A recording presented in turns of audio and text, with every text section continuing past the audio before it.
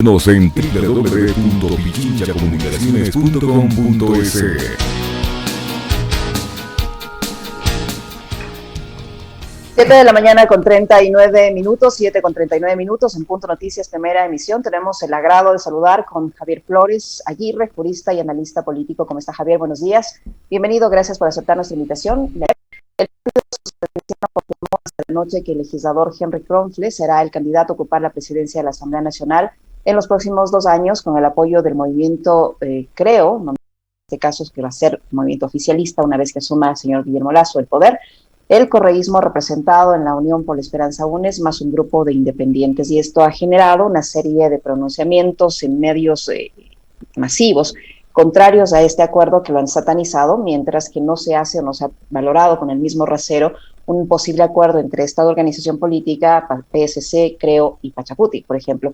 ¿Cómo mira usted esta instalación de la nueva Asamblea Nacional en medio de esta discusión y de esta polarización? Buenos días, bienvenido. Bueno, muy buenos días, Licenia, muy buenos días, Alexis, espero que estén muy bien. Hoy es un día que realmente hay que verlo con detalle, porque las cosas pueden variar de un rato a otro. Todo puede pasar, decía ayer el asambleísta César Ron, en un momento en que estuvo comunicando las negociaciones que se estaban dando y con las que él no estaba de acuerdo. Y esa es, creo que, la idea básica. Todo puede pasar todavía, pero... Te corto, Javier, permíteme nada más para actualizar esto, porque lo que acaba de citar Javier es súper importante y hay, digamos, a propósito de declaraciones de César Ron, una de último momento. Él ya está en la asamblea, ha dado declaraciones, lo publican las cuentas de Twitter de algunos medios de comunicación. El asambleísta César Ron confirmó que será independiente, es decir, ya no fue con piola la desafiliación del PSC.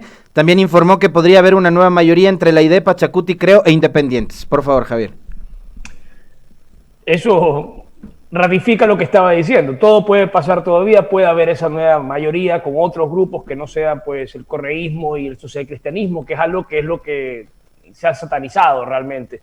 Yo creo que detrás de eso hay el interés de mantener al grupo correísta como un grupo paria. Yo creo que eso no es algo que realmente tenga un contenido sino político. Yo creo que se quiere eliminar al correísmo para poder tratar de negociar otros grupos con mayores posibilidades, pensando que ese grupo no merece ese espacio. Pero me parece que es algo más, es más una medida política que otra cosa. Los correístas tienen en general tanto derecho como cualquier otro de poder aspirar, más aún siendo un bloque mayoritario, a dignidades en la asamblea. Eso está fuera de discusión. Sería ridículo no pensarlo así.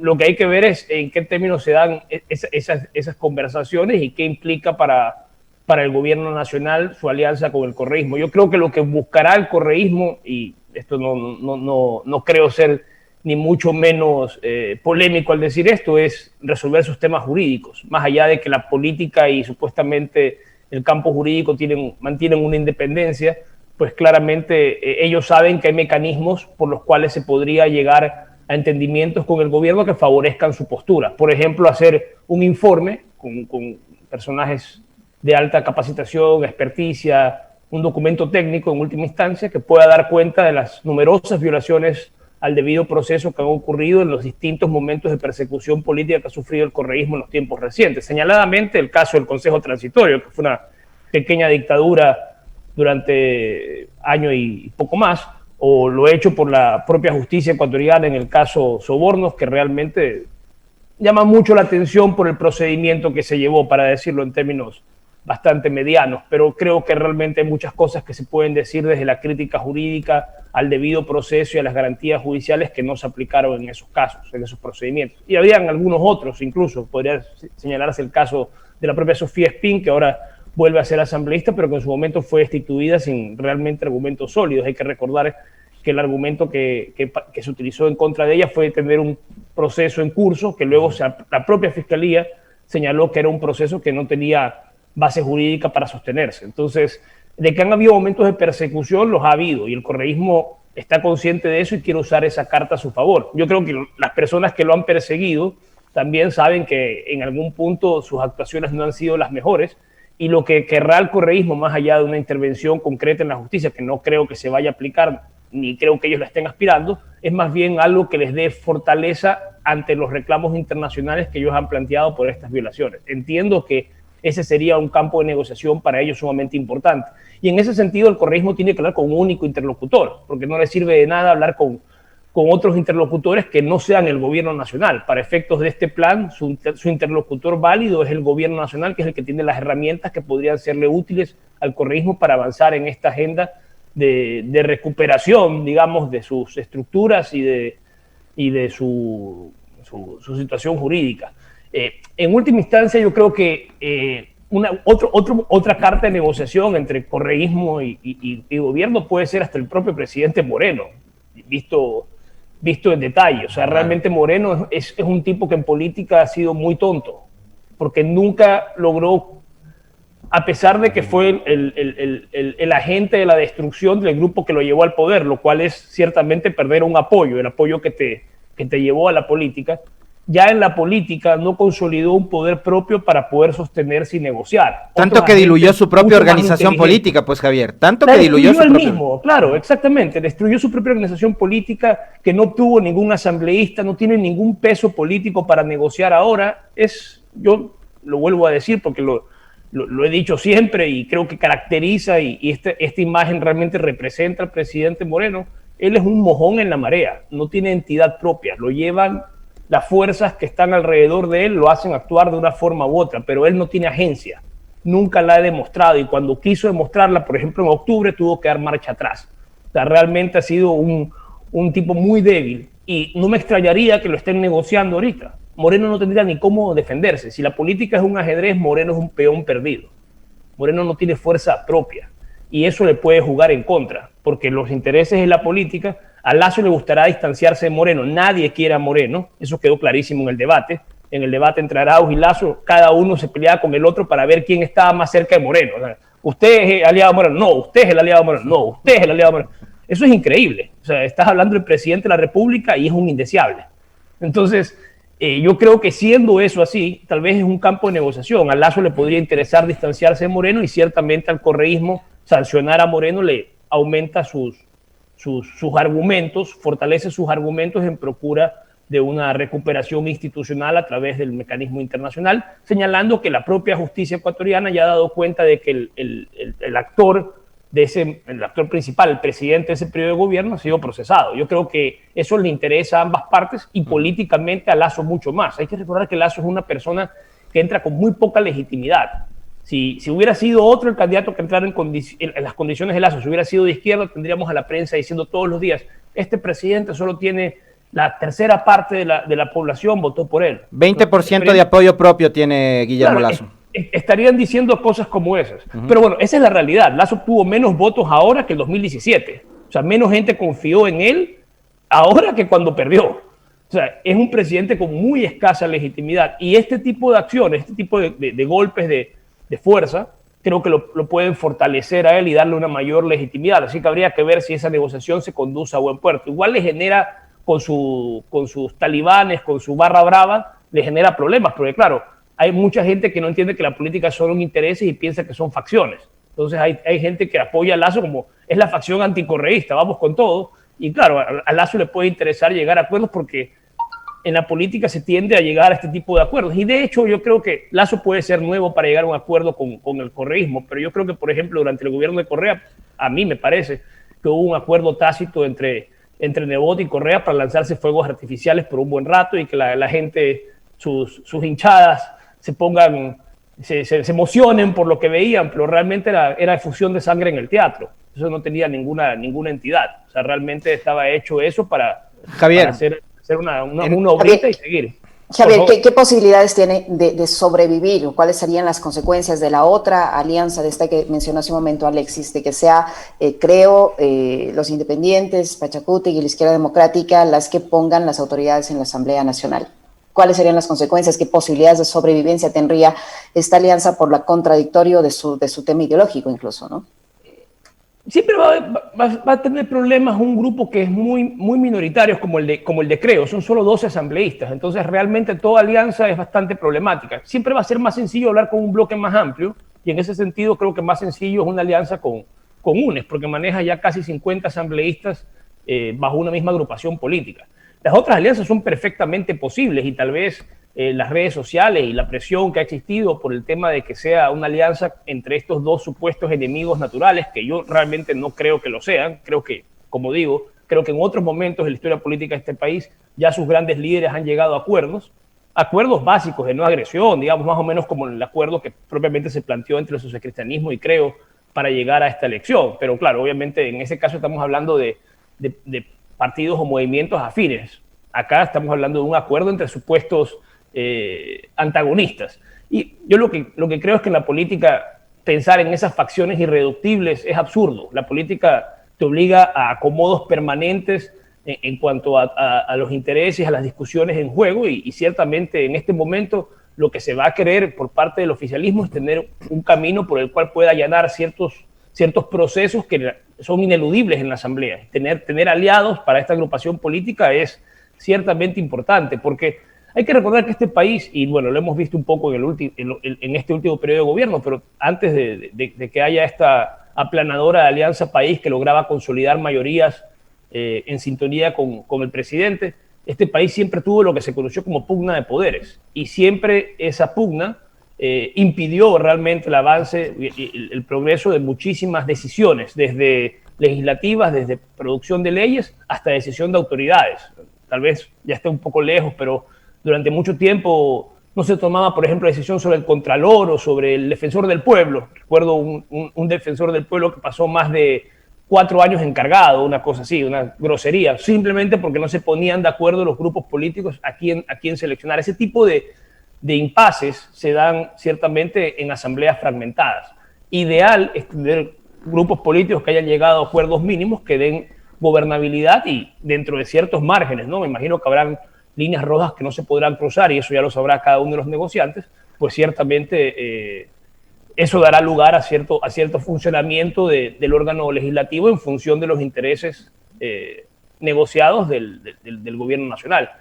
Veamos qué sale de esto, porque insisto con lo que decía al principio, hoy es 14 y recién hoy vamos a saber lo que pasa, y así tradicionalmente ha sido en el Ecuador. Pero hoy finalmente pero puede pasar cualquier cosa. Hoy finalmente lo que se va a hacer es elegir autoridades, y creo que eso también amerita que Javier, siempre con su precisión en el comentario y en el análisis, lo desmenuce para explicarle a la población. Porque, a ver, hay un concepto que es muy amplio, sobre el cual se ha venido discutiendo durante los últimos días, pero que tiene que ver con lo que sucederá no hoy, sino a partir del lunes y hasta el 24 de mayo del 2025, que es la gobernabilidad. Decía precisamente Javier, cada bancada llega con una hoja de ruta, tanto en lo legislativo como en lo que tiene que ver con fiscalización, que para cada organización será una línea roja. Entonces, si es que hoy, por ejemplo, se consagra el pacto entre PCC, Creo y UNES, tendrá que ver únicamente, Javier, y le pregunto esto también para que exista algo de tranquilidad en la militancia, sobre todo esa militancia que es más radical, de lado y lado. La barra brava. La barra brava, exactamente, que no les gusta que les llamen así, sobre todo en esta radio. Tú sabes de lo que hablo. Para elegir autoridades o para que el correísmo ponga votos para la privatización y para no sé qué, y lo del Banco del Pacífico y el CNT y no sé qué. Entonces, porque eso ya están diciendo ahora, ¿cómo vamos a vender nuestros principios? O sea, hay que aclararle a la gente que hoy lo que se va a hacer es destrabar una elección que a todas luces es imposible. Es imposible porque no hay mayoría de 70, porque no hay la mayoría de 100 que hubo en el 2013. Entonces, creo que es como que paso a paso, ¿no? Pino a pino. Ahora, primero eso, y después quiero también que Javier Flores nos diga cuál es la valoración que ha hecho él de la intervención de las verdaderas izquierdas, de la idea de Pachacutic. Yo decía hace un momento que la rosca no es lo malo, sino... De la derecha democrática. De la derecha... de la derecha edulcorocrática, porque se están edulcorando ahora los de esa izquierda. Yo decía que lo malo no es la rosca, sino es de estar fuera de esa rosca. Entonces... ¿Y qué tan incómodo va a ser para Guillermo Lasso, por ejemplo, tener a esa izquierda que va a querer petróleo, que va a querer el tema de la minería, que va a querer determinados sectores y que se va a convertir también en una suerte de organización medio extorsionadora y en el ejercicio del poder? Bueno, de lo primero, es claro que lo que hoy se decide es autoridades. Eso es lo primero. Lo que se está destrabando hoy es eso, autoridades del CALE, autoridades del legislativo como tal, presidencia y 2 vicepresidencias. Eso es lo que se está negociando. Yo entiendo que el correísmo parte de la base, por ejemplo, para su negociación de que puede resignar la presidencia, aun cuando le correspondería como grupo más votado, en teoría, pero eso igual no les da por sí mismo la posibilidad de decidirlo porque son 50 votos. Tendría que llegar a acuerdos con más grupos políticos. Pero creo que su negociación es resignar eso para obtener un beneficio en lo que ellos consideran más valioso, que es que se detenga el lawfare, por ponerlo en términos en que lo ha dicho la propia Perina Correa. Entonces, creo que eso desde su perspectiva es muy importante a futuro. Inmediato, la selección de autoridades. Pueden negociar, pueden decir, no, yo no resigno la presidencia, que vaya alguien social cristiano, pero hemos llegado a un entendimiento y para adelante ya sabemos que tenemos ciertos acuerdos en funcionamiento. Creo que ya todas las cuestiones de gobierno, de decisión de leyes, creo que, como tú decías, es caso por caso, ¿no? Yo creo que hay ciertas líneas rojas que el correísmo, si se aprecia de ser un grupo de izquierda democrática, socialdemócrata, no debería cruzar.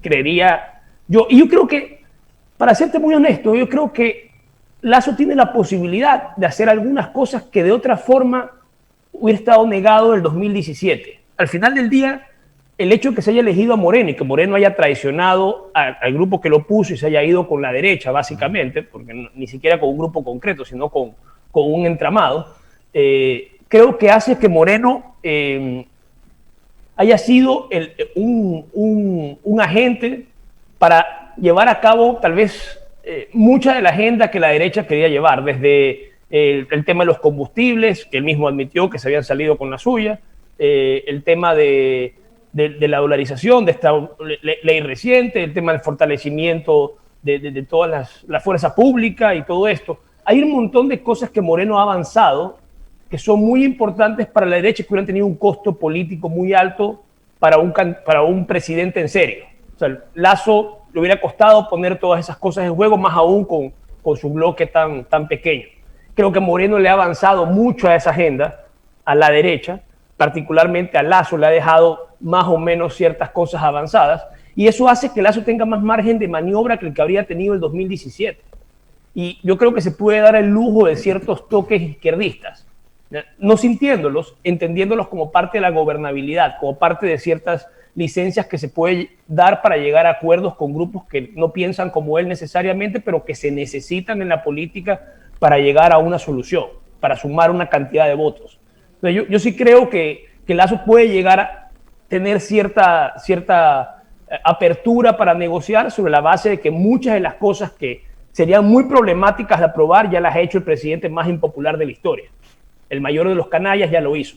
Entonces, Lasso tiene ese beneficio a su favor y puede jugar con un poco más de amplitud que la que hubiera tenido años atrás. Creo que eso ya es parte de sus estrategias y a ver cuánto logra estirar esos acuerdos e imponer su agenda por encima de la agenda de los otros grupos políticos. Hay que ver cómo se plantean esas negociaciones. Realmente parece que el negociador duro ahí es Nebot, más que Lasso, parecería. Y yo insisto que creo que es porque dos viejos amigos se han encontrado a conversar, Correa y Nebot. Javier, ¿cuáles esos toques de izquierda que podría darse el lujo, como usted dice, de adoptar el presidente electo?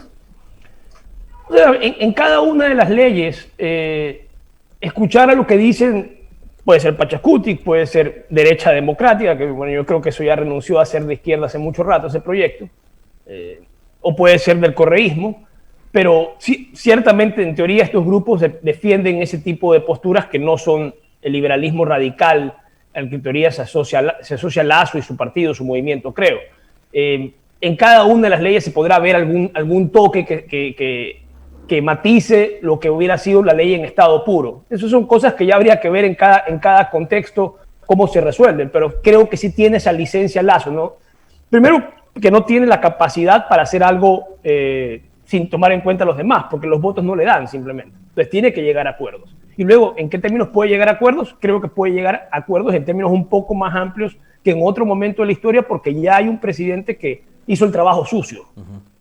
Y le ha dejado las cosas un poco más abiertas para que pueda tener un margen de maniobra mayor.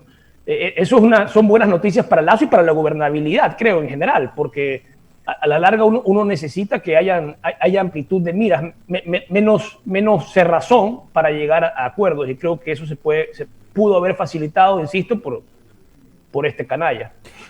El rol de quienes lideran la izquierda democrática y Pachacuti, Javier, lo que ha hecho Salvador Quispe, lo que ha intentado en algún momento Vilma Andrade, digamos hasta el último momento, hasta horas de la mañana de hoy, que siguen todavía tratando de presionar para que ese acuerdo se diluya y ellos poder entrar en la conversación. ¿Qué decir de aquello?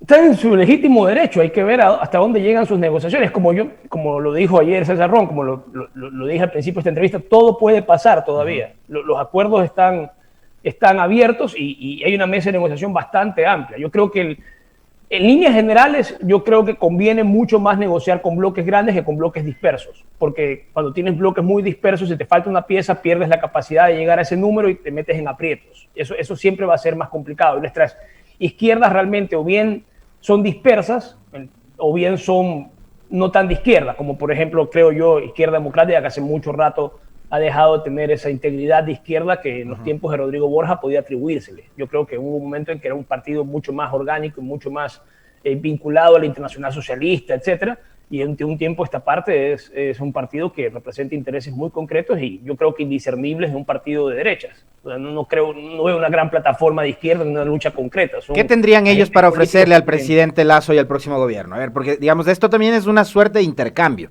¿no?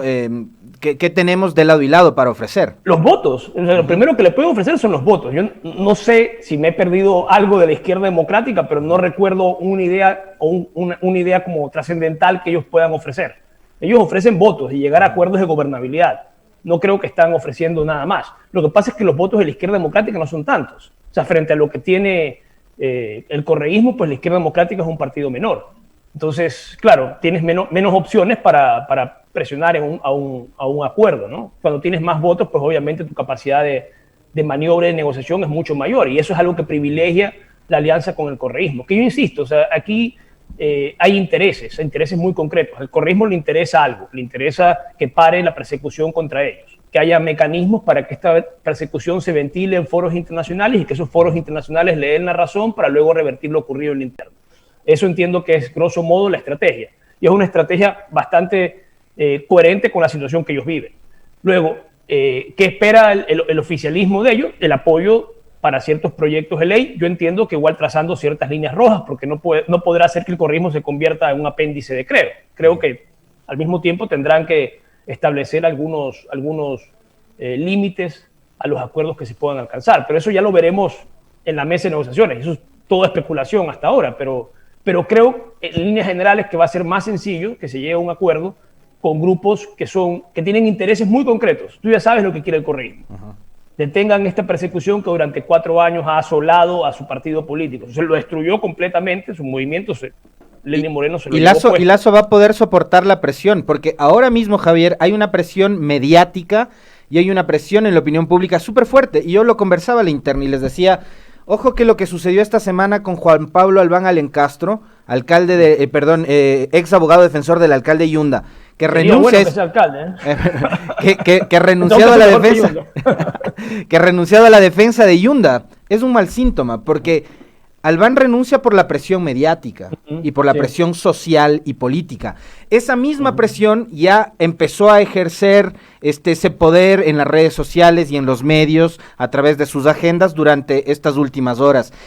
Lazo va a poder soportar esa presión y yo quiero ahí ir a otro tema que es fundamental, porque tú decías, el correísmo quiere que pare la persecución y eso tiene que ver con con un anhelo de supervivencia en la política, cuando hay un ambiente que lo que busca es su exterminio. Lo dijo Salvador Quispe ayer. Queremos enterrar al correísmo. Eso repiten, digamos, los medios estos digitales y algunos otros que están alrededor y han estado alrededor de Creo y de Guillermo Lasso los últimos años. Entonces, ¿cómo haces para contrarrestar esa campaña de desprestigio tan fuerte que no va a parar y que le va a presionar a Guillermo Lasso?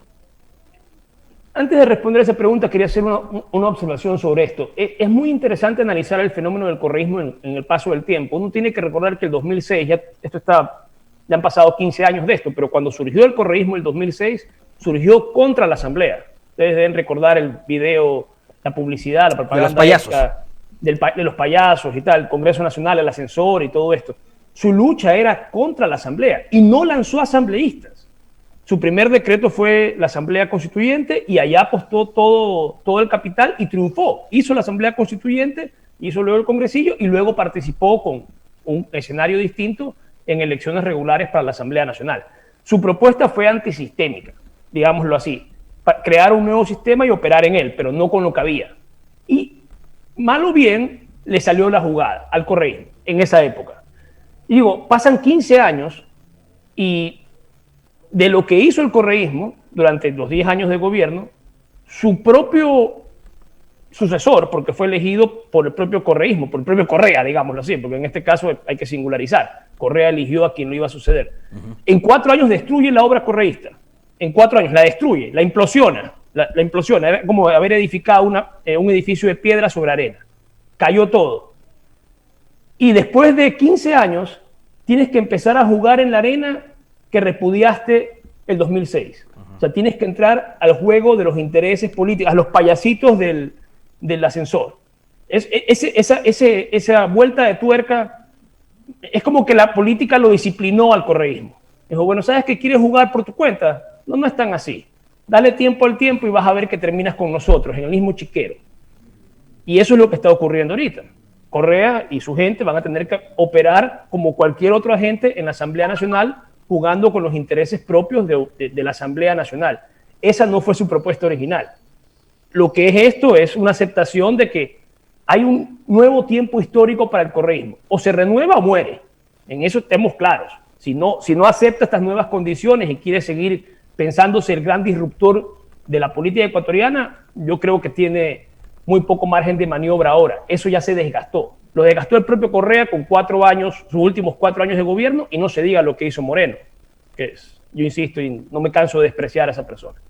Pero creo que sí, que en principio es interesante que después de 15 años la política haya disciplinado al correísmo entusiasta que quería romper y refundarlo todo. Al final del día, esa jugada vía Lenín Moreno no triunfó, no prosperó, cayó, y hoy en día el correísmo tiene que jugar con las reglas de la política tradicional, operando en la asamblea, llegando a acuerdos y tal. Hay que ver qué tan transparentes y qué tan útiles para la ciudadanía son estos acuerdos, si no son simplemente intereses para repartirse cosas. Esperemos que no, pero eso tradicionalmente ha sido nuestra política. No nos olvidemos de eso, por favor. En nuestra política los acuerdos y los intereses que se juegan no siempre son tan honestos, ni tan transparentes, ni tan útiles para la ciudadanía. Son acuerdos de reparto como los que hubo hace poco con el tema de los hospitales. No es nada que los ecuatorianos no tengamos conciencia o recuerdo inmediato. Y se me fue la pregunta con este antecedente. Tú estabas... ¿Cuál era la pregunta? A ver, yo te planteaba, a mí también se me fue la última interrogante que te hizo, pero me quedó clara porque la respuesta última me encantó, sobre todo digamos, ese recorrido que hace histórico de estos 15 años, Javier, y que nos lleva a aquel 2006, en donde en realidad la Revolución Ciudadana de ese entonces y Alianza País cuestionaba la forma de operar del Parlamento, pero esta es lo que denominan realpolitik, ¿no? Así funciona la política. Así funciona que la no hacen política. arcángeles ni... Ya se acabó el entusiasmo, ya tienes que operar como los demás, ya no eres distinto, ya no eres el distinto, ya eres uno de los tantos que juegan a esto. Y tienes que acomodarte a las reglas del juego. Ya no te puedes burlar de ellos en el ascensor. Ya estás en el ascensor.